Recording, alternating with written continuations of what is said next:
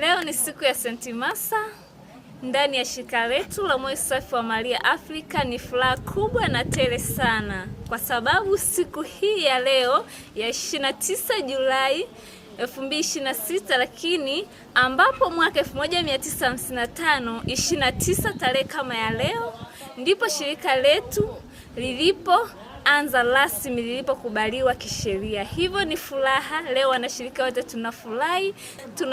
Hivyo tunawashirikisha furaha hii ya Mtakatifu Martha, wote tufurahi pamoja. St. Martha oye! Nawatakia siku njema yenye furaha wanaisa oye! Mtakatifu Martha alikuwa mkarimu kwa watu, hivyo nasi tumuige na tuige mfano wake.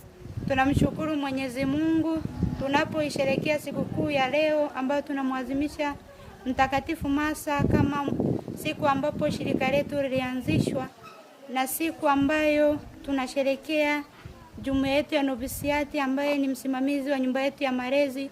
Tunamshukuru Mungu kwa neema na baraka zake anazotujalia katika maisha yetu. Sherehe ya Mtakatifu Martha oye! St. Martha oye! St. Martha oye!